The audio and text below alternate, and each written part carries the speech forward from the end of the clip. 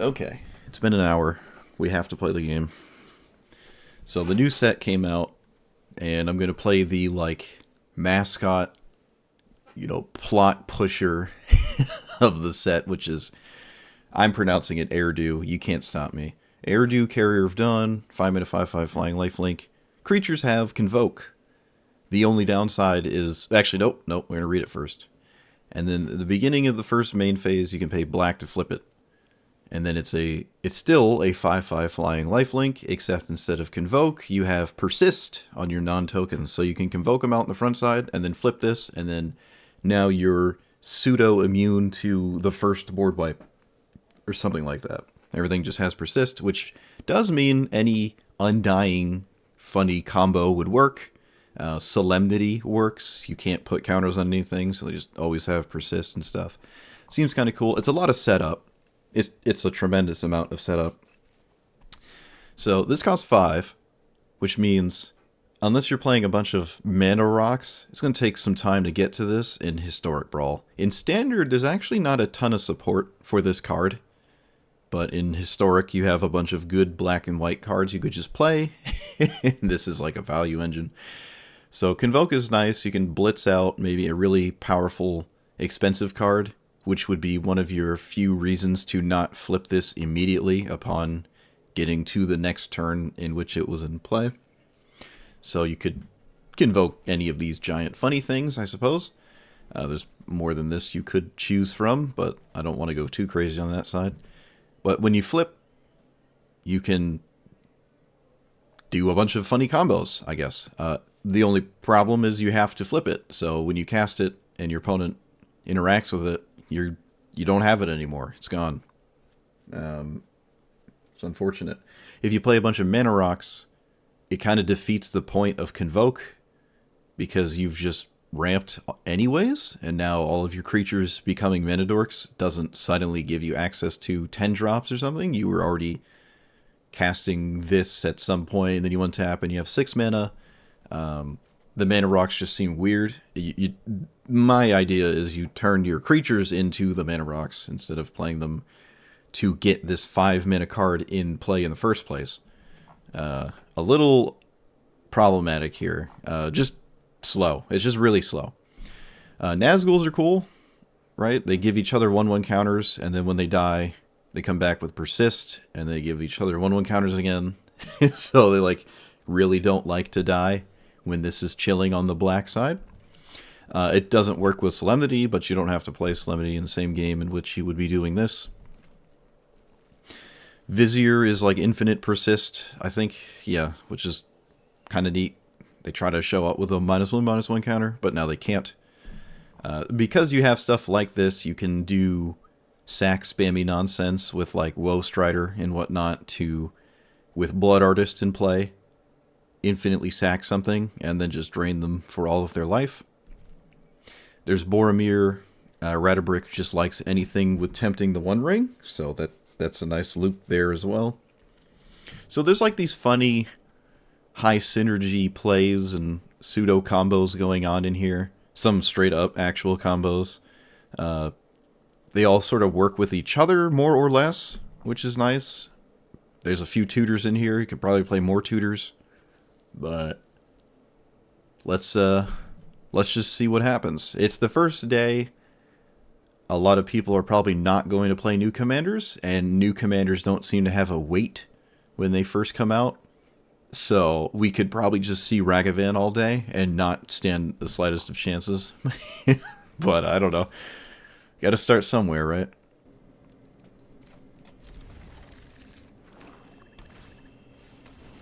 Oh look, a way to kill it immediately. No way.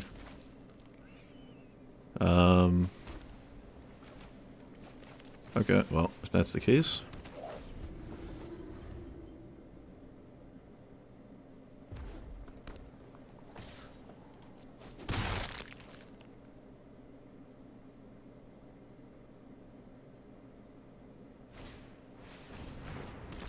The die has created a treasure token.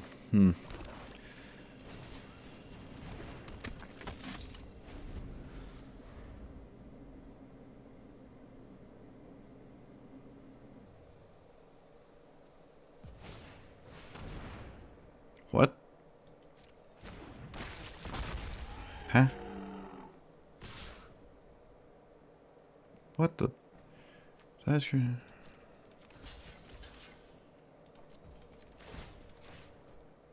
Black. And then just kill this. I think I will cut down this shambling guest. Now they have to, like, discard a card and also find another thing to sack. This is a weird one. I could also just kill the edict. I could just kill this Regisaur after they discard.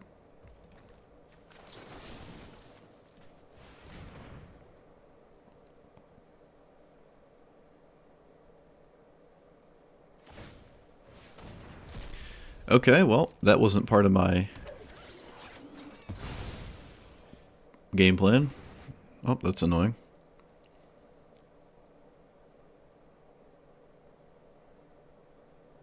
I can't even reanimate that either.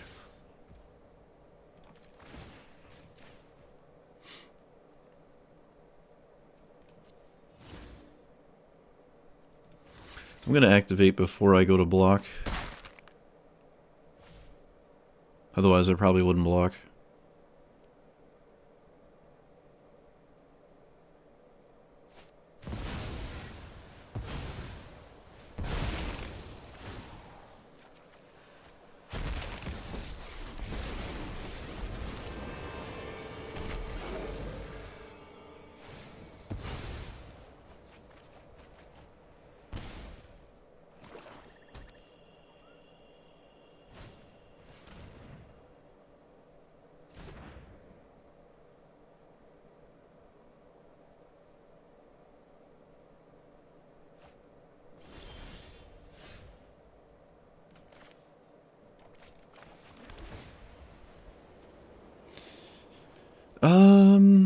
I can do better than that.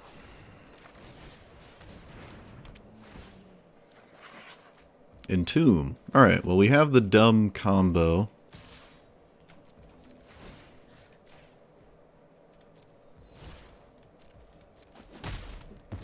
But it has nothing to do with our commander. I don't even know what to grab. Gristlebrand? So I can do the same thing my opponent did? I mean, if they just cast their commander, I'm fine with that, right? It's always worth killing it.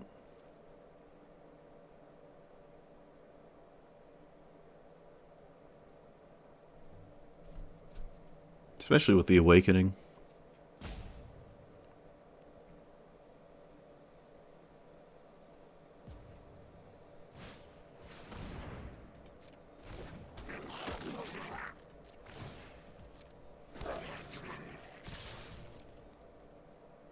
I think Gristlebrand's the right one.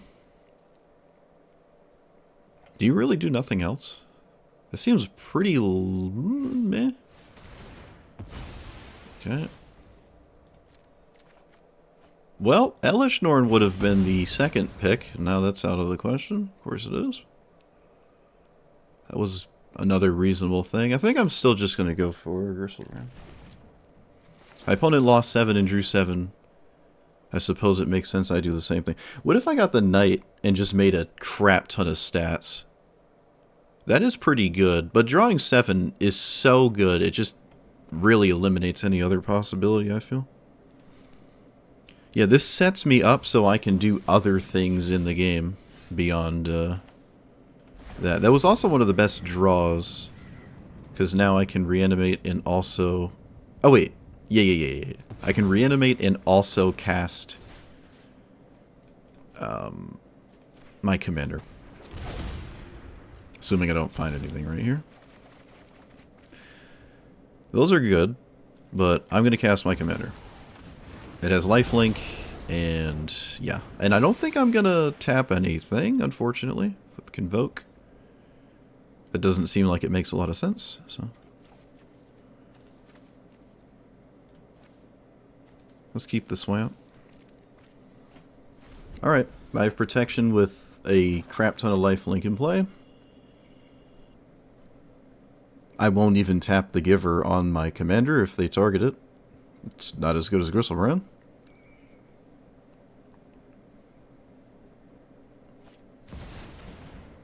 Gain control of target art. Okay, that does not work through my Giver of Runes. They have to target Giver of Runes and then give the token that is generated protection so I can't block. Okay, this doesn't work.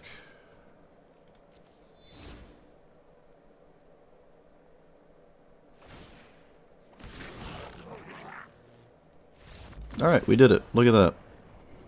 We did it. Entomb Reanimate. Our commander was basically Lyra. Just a 5-mana 5/5 flying lifelink, which is fine. I had the ability to convoke something, but then these be tapped. Okay. What does this do? Whenever opponent draws, if it isn't the player's turn, make it... Okay. Blind Obedience. What? Huh? Just draw better? Yeah. Could try that. It's not out of the realm of possibility. I could have, like, cut down this, and then they don't make a treasure token. You can have a treasure token. I think your opponent draw... Actually, you know what? I don't know. That's a conundrum I don't see often enough to have a strong opinion on.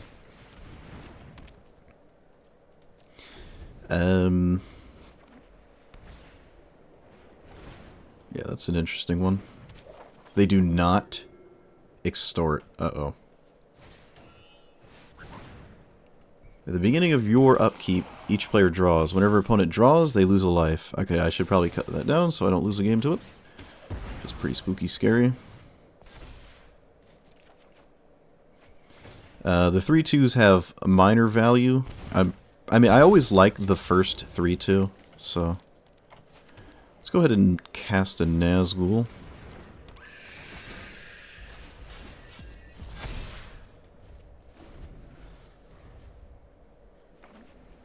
Blind Obedience, pretty annoying here. Kind of. It's not stopping me too hard. Actually, it's not doing too much this next turn cycle. These are Nazguls, by the way. If anyone was curious. Sun Titan. Great.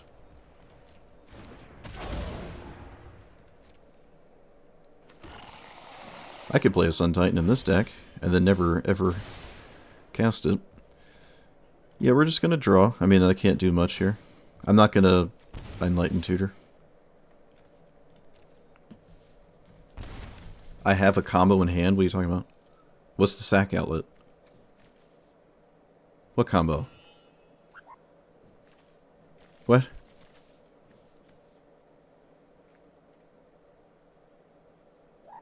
I don't have a combo.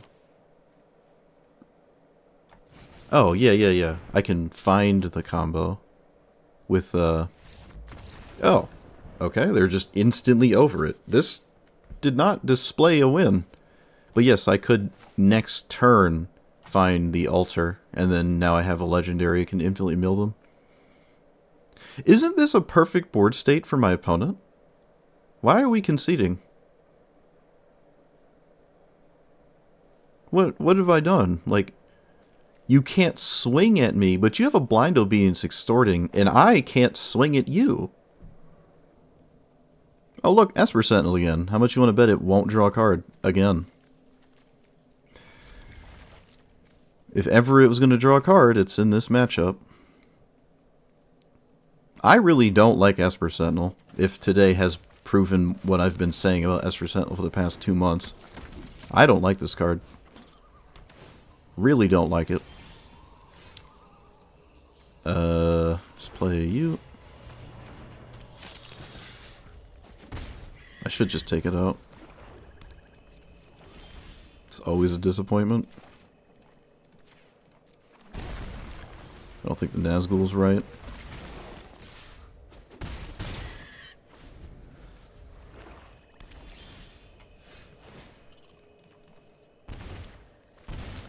Lose to a sleeper? Sweeper next turn? I think I'll just cheat out the Nazgul. Why not? And then proceed to not cast the Marauder for no reason. Let's see. Tap land, tap land, tap land. Do we now have an untapped land into a sweeper? Nope. Look at that. We actually untap with our cards. Mind-boggling. I don't think I'm making another 3-2. Wow, look at that. I drew that as well. Yeah, I'll play it.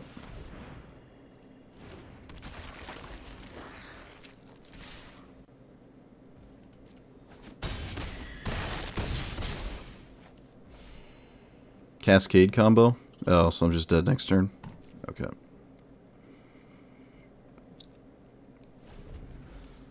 You would appear to be correct.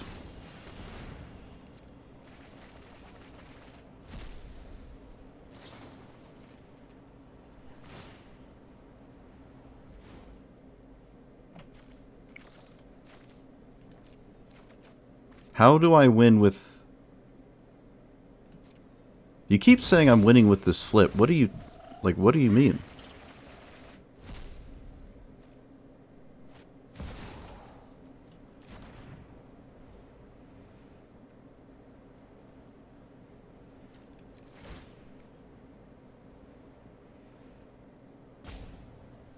How?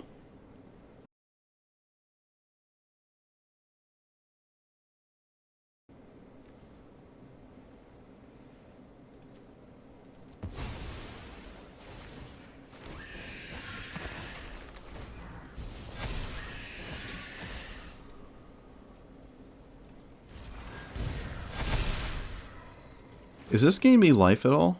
I don't think it does it? Okay, my opponent was over it. This isn't an instant speed win though, right? This is not an I still lose to my opponent. They just decided that they were going to concede. Yeah, Maze's End. Every gate in the game. And then all the life gain lands. So you could gain however much that is. I don't know, it's 10 or 20 or 15, I don't know. But you play all those. You don't have to play the damage lands because your opponent won't die to the pings. So there's no point. There's not 25 points of pinging in lands. Also, this wins... Oh no, it's the same issue with Emrakul. If the Colossus is in your hand, you can't do it. So you... Yeah, it's kind of the same, I guess.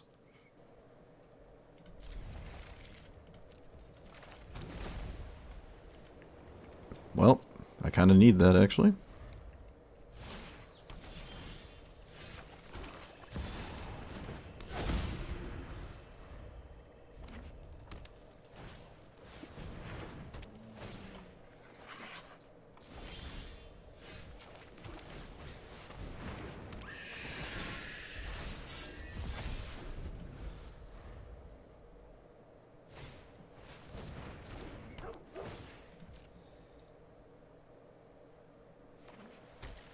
Yep, of course.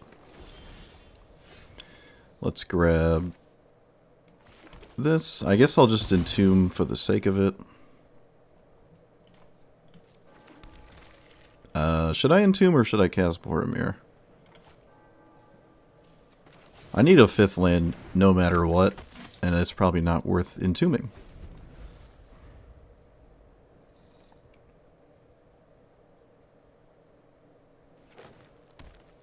Yep, was on the draw and had it.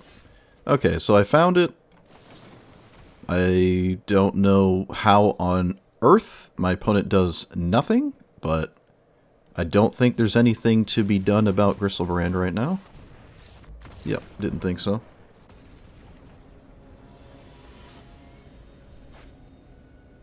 Okay, Prototype X8 is that thing that has like a... You have to do what now?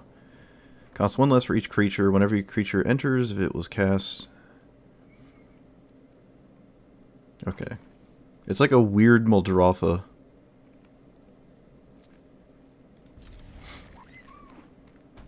I have a weird combo here, kinda. I'm not gonna Dark Ritual. Enlightened Tutor is another thing? Okay, I guess. Alright, so I can Dark Ritual Lively Dirge. That's 1, 2, 3, and then Persist. But that only gets Eleshnorn, which I don't think does anything here.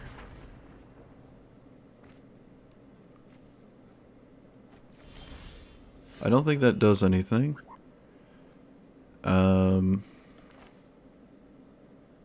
Okay. If I... Oh, well, now I can't do that, yeah. Alright, so we'll just cast this, then. My opponent's playing Hoarding Broodlord. Maybe I'll learn something about how it works. They didn't immediately reanimate it. Exile target card from a graveyard. Alright, well, there goes that. Good thing I didn't do it. That would have been really bad. I did not do the thing. So let's do this on white. Let's cast Blood Artist?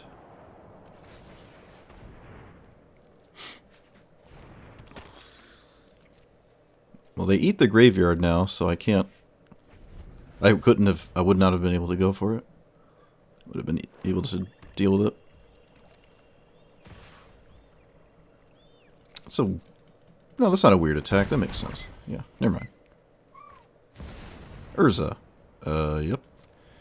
So what do I Enlighten Tutor for? Necromancy? They're tapped out. No, they're not. They have blue. Why does this exist? Exile a card from a graveyard. Oh my god. Alright, wait. There is... No. I'm being just... This, like, poor man's Scavenging Ooze is just soloing me right now. So I can Dark Ritual my commander. What if I just Meat Hook Massacred? Hold on. Meat Hook Massacre for 4?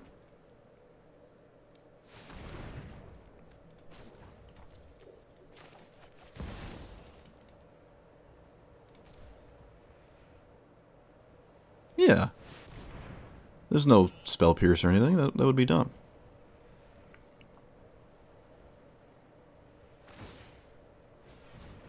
Yeah, I don't care about that.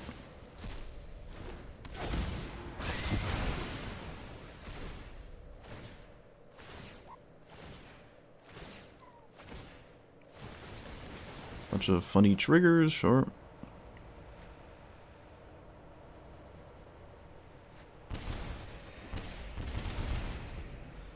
I don't think that's too crazy. Alright, so now I can Necromancy.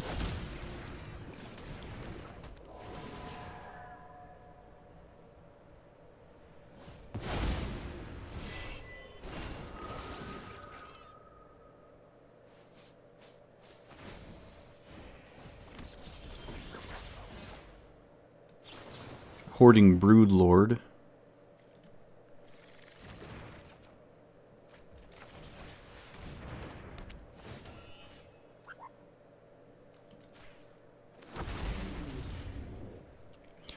Grab... I don't have Sacrifice, right? I don't think I have Sacrifice. Well, that wouldn't really do anything anyways. Let's grab, Rotted Brick?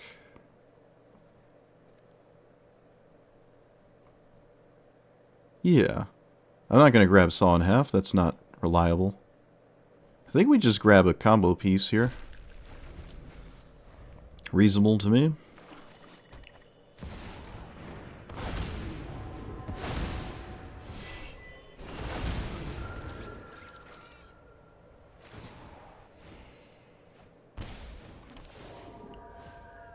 Well, I lost my hand.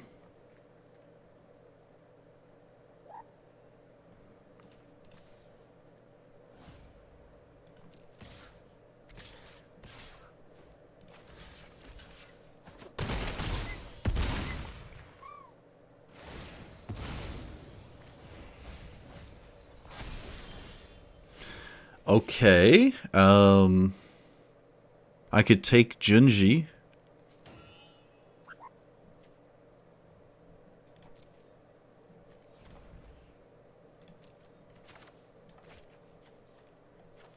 This is not a legendary? Ugh, that's ugly. What about this? Wait.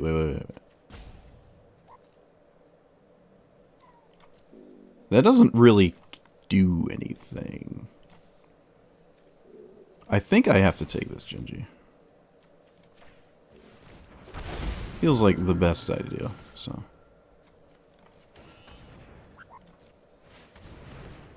It is a legendary for Spaghetti Brook. Unbelievable. Oh man, that's... Oh my goodness. Oh my god. Oh man. What just happened? What was that game? That was a wild... That was crazy. We also lost two, like, rather crucial cards. We got stopped by random scavenging ooze at home. Wow. Okay, well, I mean... Learning? What is this? Okay.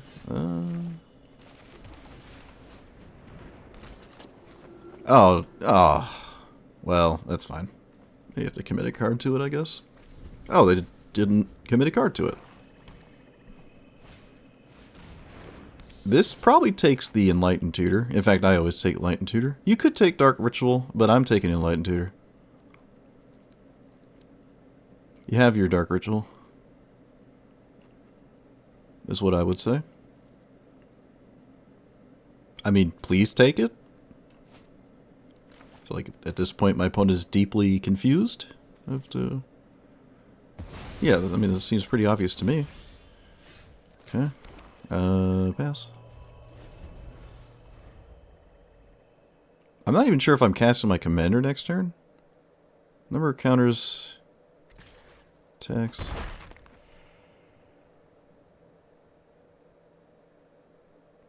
Interesting commander. I don't know if I played against it before. Defense... Yep. That's a defense grid. You got it. That was a good card. Yeah, we're gonna use the...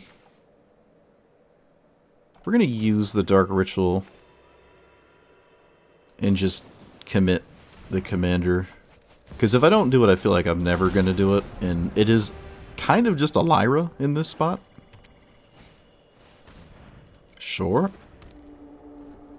Urborg is not a basic. Appears as though my opponent is actually stopped by this Mother of Runes.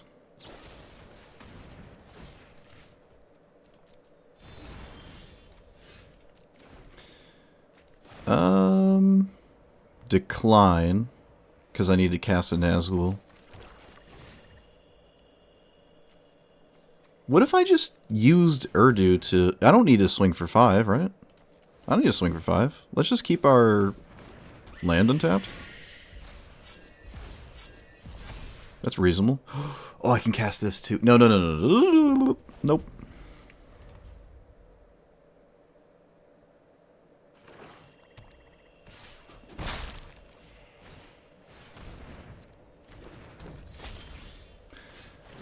Okay, boop.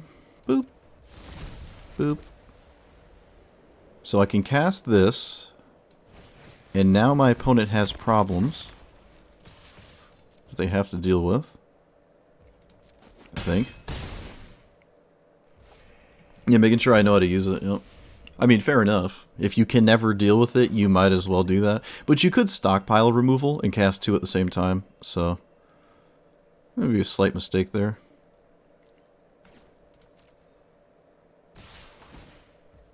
You may transform it. I will not make a move on this. I'll just take my damage. I'm winning significantly with a 5/5 lifelink. I can also persist spam, so none of my creatures can die.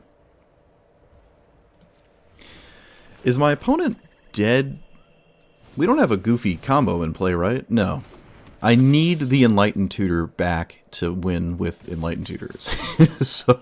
so the bat needs to die.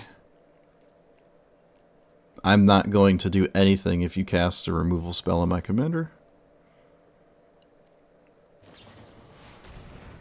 Yep. That's perfectly fine. I will not make a move. I'm not going to keep the stats. Just get the second one. I mean, they might not be confusing it. They did read it for a while, so... Feed the swarm. Think. Think.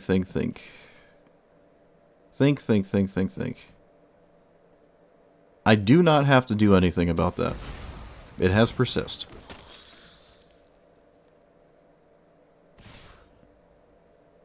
A 3-2? Yeah, alright. I was about to say, am I just winning? They gave me the bat. They should not have swung with this. That was a mistake. They gave me the card back, and then I can find a combo piece with this and win with the Ratatouille and the Nazgul here. So we do just win because they swung. But if they didn't, this is the first time, and it took, what, 2 hours, where the persist value actually mattered. This gives a copy of my commander. There's just no reason to tap this Mother of Runes. Wow, look at that. It took 3 hours to find someone playing a new commander. Fascinating. I guess I just get rid of Gristlebrand with the Cavern. It's not really going to be a part of this game, I don't think. Wait, that wasn't a draw, right? Okay, thank you. Thank goodness.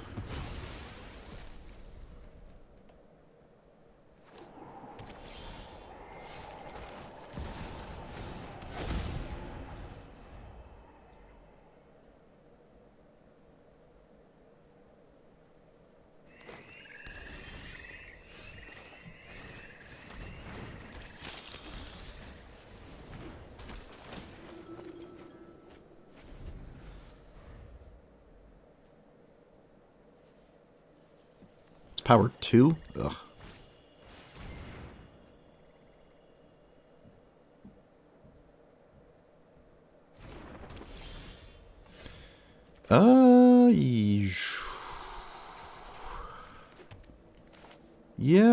Yeah, I can cast this.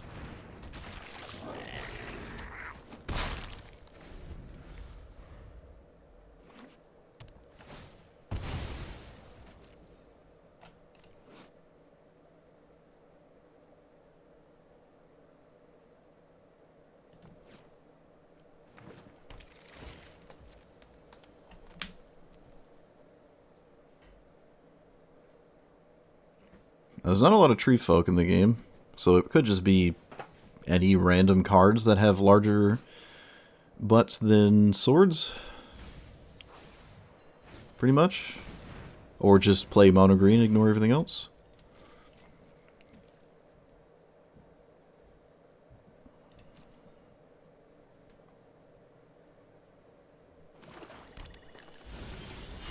Saw in half. Well, I could saw in half this welcoming vampire. Yeah.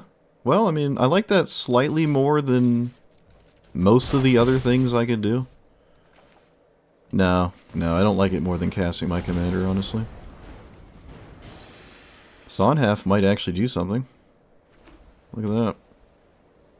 Tree of Perdition, yeah. I'm sure it's in my opponent's deck.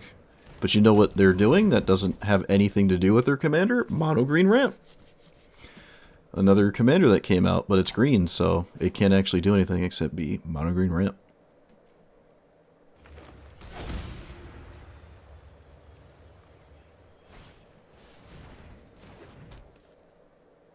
I wonder if they swing. Do you? I will lose the Mother Runes if they swing.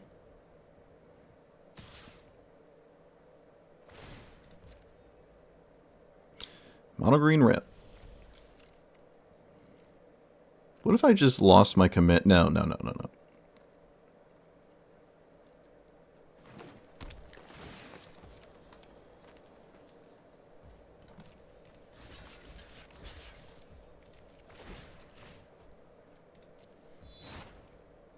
I can't sack the Mother of Runes to the Soul Trader. Wouldn't be a great idea.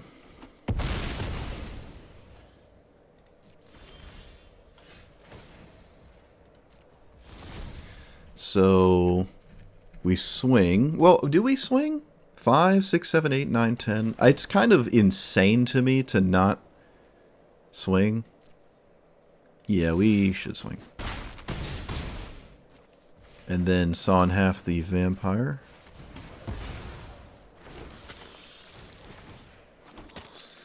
should draw a bunch of cards. Yeah. Let's play Spaghetti Nightmare. Pick up the Soul Trader?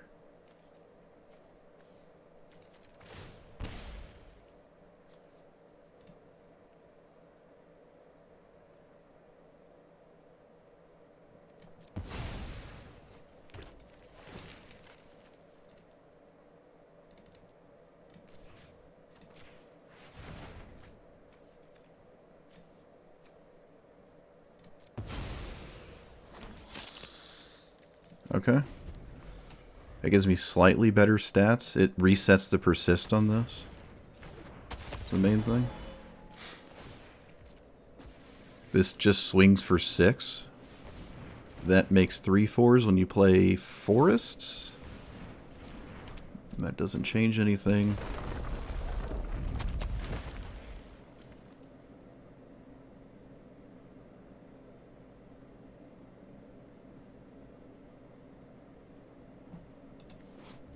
Yeah, that doesn't change anything. Excuse me. Oh, they have reach. Ah, they have reach. Oh my goodness. That's a pretty good draw. Decline. Dragon.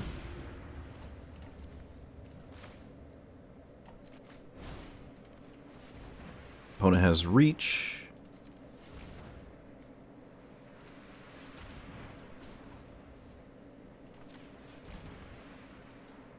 One, two, three.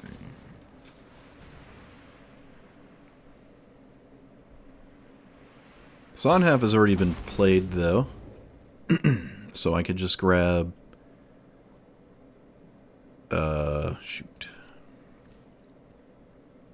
What if I just blew up the enchantment my opponent just played?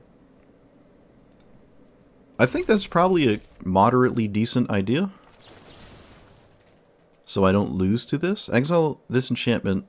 Yeah. So let's do that.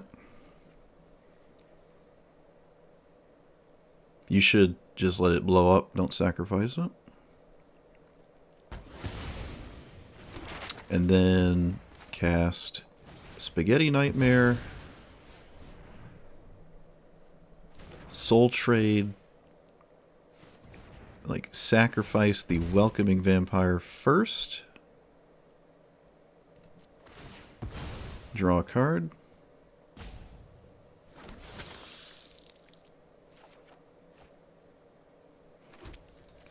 Pick up the... that. With this. Yeah, draw a card. Well... draw a card in a second. Okay. Swing for 5? There's no way they trade, right? No, there's no reason to swing. There's no reason to swing. I'm at 33. My opponent has no cards on hand.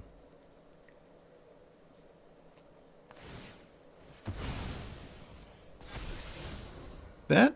Put a card, creature exile target card as a battlefield. Only thing's exiled with it, but it does stop what I'm doing. So it's a pretty good idea. I like keeping that. Okay. It's probably too late anyways. It's kind of crazy. My opponent, like, is some kind of toughness matters thing. Like, their commander had something going on. But, I mean, it literally mono green ramp was all I saw of it, which is probably better than whatever else they were trying to do with their commander. It's just, it's the nature of the format, though, where if you have green in your commander, and the casting cost or whatever, and the identity, you're probably just, the best way to play said commander is mono green. But they were trying. They had other stuff going on here. They did have other stuff going on. But it's not the same as just casting Rofellos Emrakul, obviously. This is cool. It literally took like 3 hours to find someone playing a new commander. And it was one of the commanders that gave me a bunch of time. I'm not sure... It's one of those spots where if I had infinite time, I would spend 15 minutes thinking about the Saw in Half. Or, excuse me, the Hoarding Broodlord card. I just don't know what that card would be. Honestly, there were really only 2 games where sacrifice would have been somewhat decent with Hoarding Broodlord in one of the games. There was another game where if I did have sacrifice, I was still going to lose, but I didn't have the out in other games, I suppose, so I guess you can put it in as a way to win with it, with the Hoarding Broodlord. It just doesn't feel like when you go for it, you always win, and because of that, I really don't like it. It's also another card in your deck that's very bad, outside of specifically sacrificing. So it's just not that great. I don't like this with the Broodlord package. There's a reason you don't see this all over the place. I guess Elishnor can come out at this point. It's just not great. But as for the commander, it's basically Lyra. Sometimes it does something. Most of the times when it does something, it involves flipping it with persist, which gives your other creatures some kind of redundancy or, stickiness, I guess is the term. But the front side is not really that great. Even when I had a bunch of big stuff to cast, I never really got to, right? I have to pay 5 to do this, and then I would have to get to my next turn and choose not to flip it, and then I would have mana to cast something like it at 9 mana or something. But most of the time when I untap with it, I really just want to flip it at that point, so everything is harder to kill. It just feels like a better plan, instead of just playing this like really strange convoke giant creatures kind of strategy. I guess you could go in that line and effectively be a mono white deck, or I guess you could also be mono black if you wanted to. But all the other funny combo things going on are nice, but none of them really have to do with this. The persist does give you added layer of combo enable. Like you can a combo enabler with the persist, but it's just insanely difficult to ever untap with this card. It's just Lyra. It's just a 5/5 flying lifelink for 5. That's what it is. If you pass the turn, your opponent's probably just going to kill it. Or they'll cast a sweeper. Or sometimes they'll just ignore it. You can actually disrupt what this is trying to do very easily. It's not the same as Ratatouille here. This card is sort of doing the same thing my commander is trying to do with this exact list, and this felt like the natural state of flow. The natural flow state that this commander was leaning into as we took cards in and learned what to do with certain lines and stuff. I did throw 2 games. There were 2 games I completely threw. Totally threw them. I had a combo of some sort and threw the game. One of them, arguably, I didn't throw because the first sliver combo deck with Tybalt's couldn't have actually killed me, and then I would have just gotten infinite damage. We found it in time, even though I lost my mind thinking I didn't, after having looked at the list there, or at least the one I was playing. So, playing 3 years ago, I mean. So that was kind of nice. But there's lines to learn, and you have to remember this gives your cards persist. I did forget that a few times because I went like 10 games in a row where I couldn't do it because it died every single time I cast it, and I could never flip it. And even when you do flip it, you also need something to actually do with persist. It doesn't just suddenly do anything or everything until you have stuff in play to do things with. But it is nice that Nazguls can be part of a combo and you can have 9 of them. That is really nice. You have the tutors and all that. But there were Hoarding Broodlord lines. I did make mistakes. Definitely. I made mistakes with this card. But again, sacrifice doesn't shore up a lot of the mistakes I made, nor does it solve the problems that I otherwise would have maybe gotten myself out of. Some of those lines do really want white mana. Sacrifice does not find white mana. It's only black, so if you had some Ratatouille thing going on that you needed to find this card, you can't then just cast it.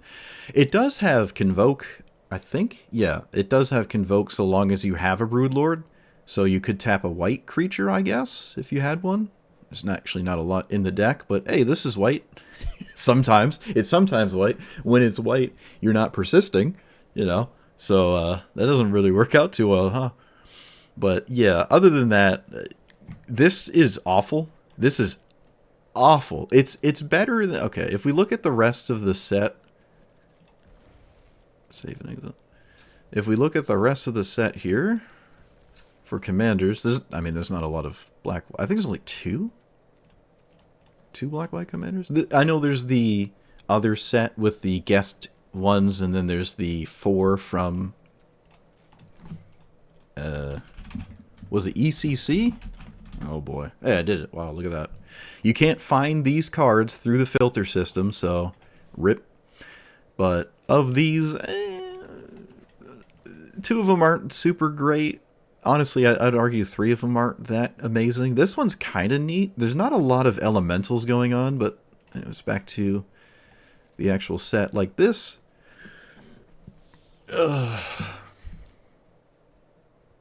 The other black-white commander is this, which is like a goofy Frogify that actually doesn't... Like, if you put this on Muldrotha, or you target Muldrotha, let's say, your opponent will now kill you with a 6/6 flying lifelink first strike, because you have to, like, now still deal with Muldrotha.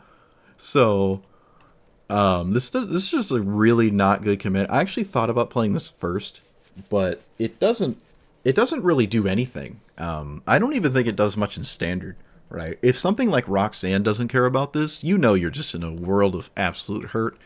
And I'm talking about Standard, obviously. In Historic Brawl, I don't think there's anything at all that cares about this. Not even Sephiroth cares about this. Kefka doesn't care. Any green deck ever, including Rofellos, does not care about this. So this doesn't really work as a commander in this format. It's more of like a politics for EDH, I feel. So I don't think I'm ever really going to play this one as a commander. But I did want to start with the, like, mascot of the set, quote unquote. And boy, is it just not good. It's not good at all. It's one of the worst commanders I've played in a while. It's really bad. Really, really bad. There's other commanders, like, this doesn't have something it's doing that other commanders are just doing better. Now that's applicable to a lot of things. Like, oh, you could play Azusa instead of Loot, or if you want more lands or something, or maybe Loot's just better, or, you know, all that jazz. Like, oh, one's better than the other, Rofellos. But those do kind of different things. I mean, using green as an example doesn't mean much, because they all do the same thing anyways. But this, there's just way better versions of this. I suppose it is better than, like, it's Lyra, right? Lyra's in the game. Don't tell me it isn't. Yeah, there it is. It is better than Lyra, I guess, right? I would say that, at least. It's better than this card. It has that going for it. But I'm going to tell you right now, a lot of your games that involve this commander in Historic Brawl, and probably by extension Standard Brawl, I would say there's actually not a lot going on in Standard that this card cares about. It's like even less. So, like, the set it comes out with involves a lot of -1/-1 counters, and this gives things persist, so you don't really want to play blight cards, because that removes your persist, because you're blighting your own cards. You could blight this thing, I guess. You could blight your 5/5 flying lifelink. Feels kind of bad to do that, but you could. But you don't really want to blight anything. So it doesn't really play too well with that mechanic that the set came out with. Bit strange, really. And Convoke is cool with, I guess, like the Kithkin kind of thing going on. You can't really play... Oh, I guess there's Merfolk. The Merfolk of the new set are white. They're not necessarily blue. But, like, just a lot of what's going on in this set doesn't really like this card. And maybe that has to do narratively. Like, narratively it makes sense, because this thing is responsible, effectively, for, like, you know, making the plane the light happy side and then the dark unhappy side kind of thing. And it, like, loops around and causes that and whatnot. So maybe, like, narratively speaking, it brings with it stuff that the area it's in doesn't like, right? I guess, but that's weird too, because white and green kind of like Convoke the most, and black likes persist the most. So they are doing their respective color thing the most. It's just the set doesn't care. Like, the set itself doesn't care. So I don't know. I just, it feels homeless in this format. It's also bracketless until at least 2 weeks. I don't know. When a new set comes out, it takes a while for new commanders to find a place in the bracket system. So you're going to find yourself playing against insanely busted things. Like, you'll see Ragavan suddenly, and then you're just staring at someone play Ragavan while you don't do anything. You're not going to be able to get to 5 minutes. Like, you're just dead. So there's like literal non-games. Ujin is probably a non-game. I tried to like blitz mulligan for Entomb Reanimate against Ujin. If you don't find it, move on. There's no way this does anything in Ujin. I don't even have a colorless threat. Summon Bahamut could have made some of my Entomb Reanimate blitz games slightly better, but I don't really care about that. I don't want Entomb Reanimate to define half the wins in the games I play, especially when you're trying to play a new commander, especially when you're trying to make content on YouTube. It's like, oh, Entomb Reanimate every game. But it's historic Brawl, right? You can't just do an honest 5-mana 5/5, flip it the next turn, and then start doing things after. That's not what this format is. And that's fine, right? It's just not welcome here. This commander's just not welcome in the format. Probably does just because your opponents are so egregious in Historic Brawl that you might as well try it in Standard. But I'm not convinced there's a lot of Standard things going on with this card at all. And that is exceptionally painful because the set itself has like nothing going on. There was a few cards that were in this deck from the new set, and they didn't do anything. Like, this cares about what my commander's doing, kind of, or I can use it to protect my commander, I suppose. There's 1-mana versions of protecting your commander, though. I like the remove your counters, and then you can reset persist on something, so it gets rid of it. But what I'm explaining to you happening is a lot of things. Like, you'd need your commander to be flipped, you'd have to have cast this, persist would have had to have happened already, and then you can activate this. That is a lot of stuff that all of it effectively also did not involve a board wipe from your opponent. This doesn't have haste, so you can't tap it when you cast it in the same turn. So this doesn't really work out. And I think the other one was, what was it? Oh, this thing. I like this card. It's kind of cool. I like the art. I like the color. Black, white, hybrid mana is always... Debtor's Knell is one of my favorite cards ever from like the original Shadowmoor or something. No, it was Guild Pact. I think it's actually Guild Pact. But I just like this card. It looks cool. I like what it's doing.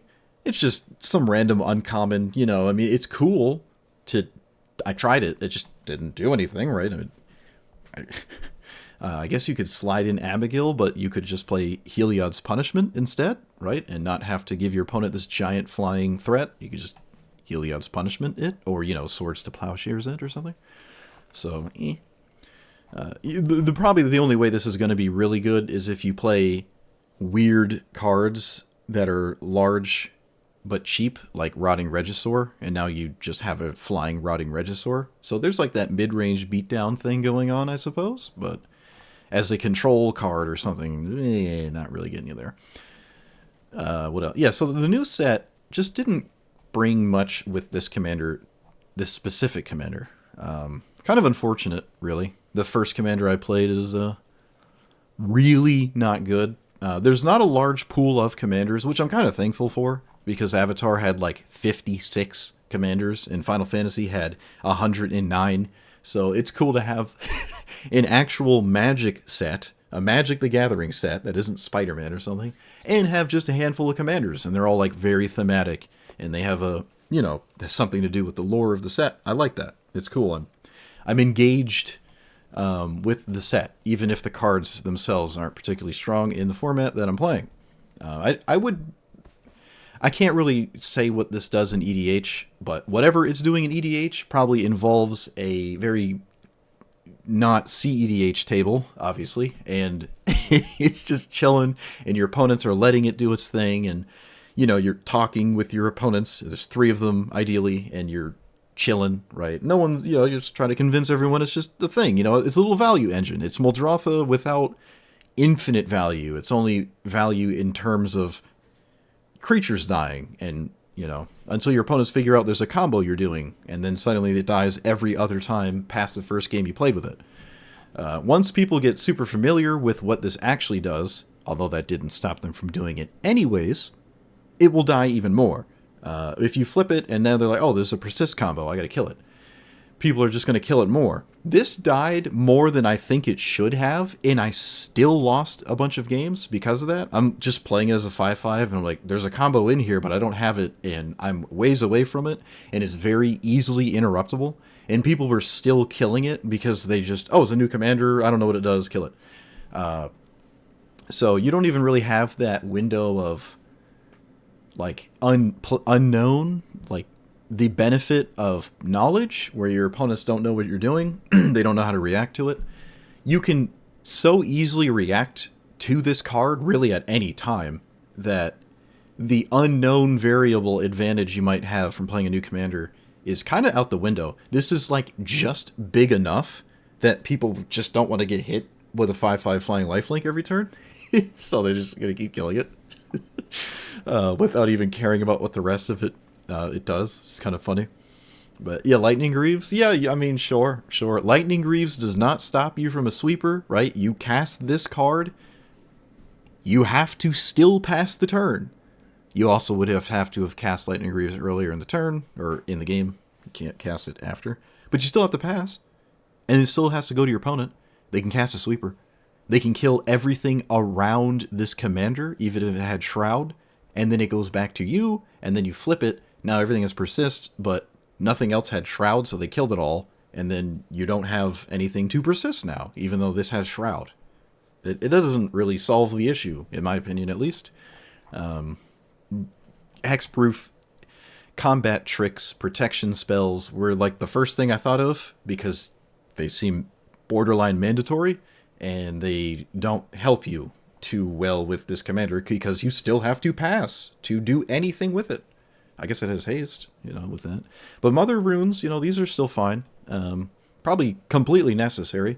I do at least kind of like these. Selfless Savior is cool because it can get persist with this, which I do kind of like. You can...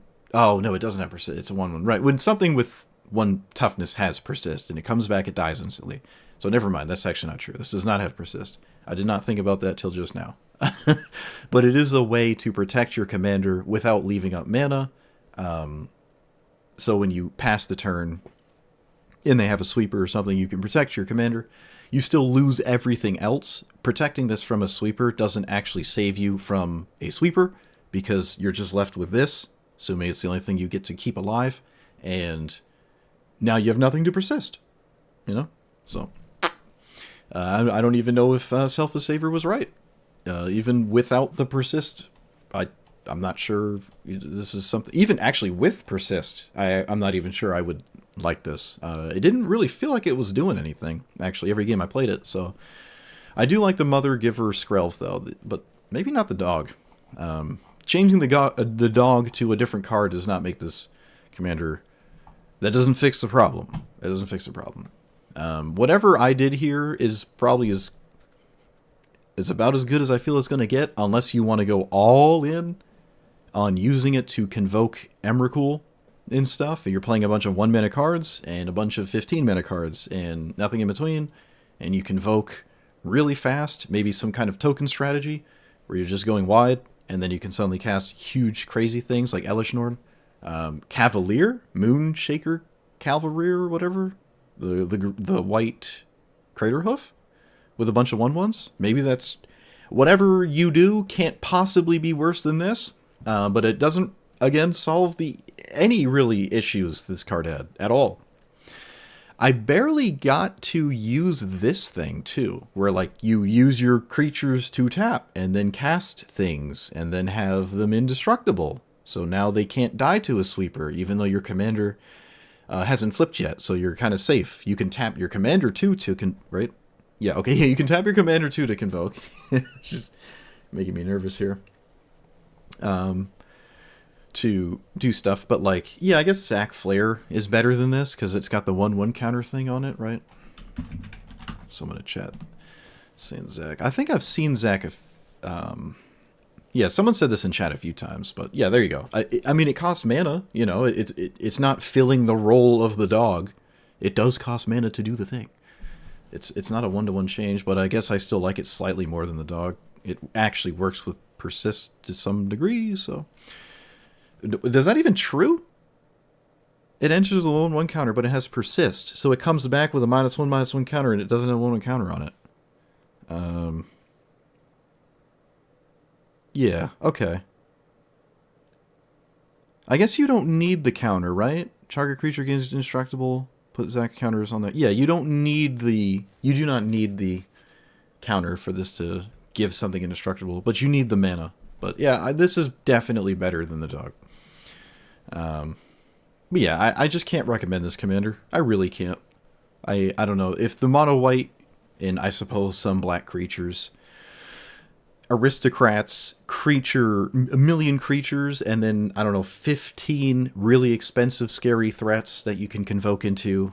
Like, that's like the only really other thing I can see this doing, and I kind of like that less than whatever I'm doing. It's odd to do that, and then just decide to not run mana rocks, because those aren't creatures. Like, your creatures really should be the mana rocks if you're trying to convoke spam.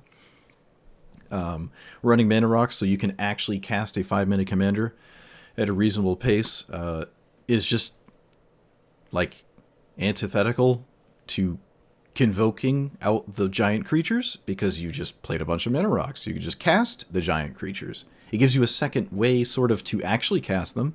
In my opinion, it gives you the first and only way to cast them, because you can never actually rely on the convoke side to cast those giant things, right? So it's like, I guess it's better, but it just makes your commander even more useless. Which I guess is hard to do, because it really wasn't that good at all.